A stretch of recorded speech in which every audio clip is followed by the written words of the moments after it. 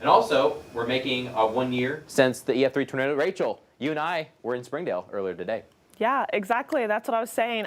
Also who joined us was photojournalist Sam Reed, and we walked through parts of the city that were hit the hardest. We drove past George Elementary School and Nils Fix Warehouse, and even visited a neighborhood that was hit last year. Let's take a look.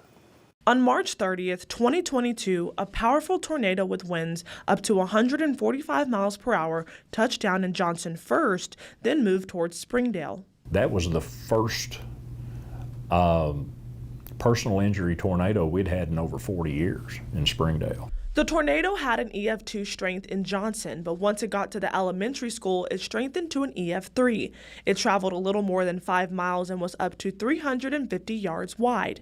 As we look back on last year's storm, Springdale Mayor Doug Sprouse says it was a quick process of rebuilding. It's nice to be able to drive through those areas now and see that most everything's been recovered and restored. The property owners, most of those issues though that they were dealing with ended up being usually dealing with their own insurance. Last June, I visited a resident affected by the tornado, and at the time her windows still weren't repaired due to supply and demand issues, but today's a different story. But he finally did get it started, and it made me feel so good because the house up till then looked like a pincushion with the outside walls all full of these little sticks and branches and everything.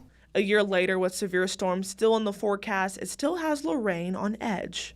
With the weather coming up tomorrow, you know, it really makes my stomach turn because I don't know what it's going to bring.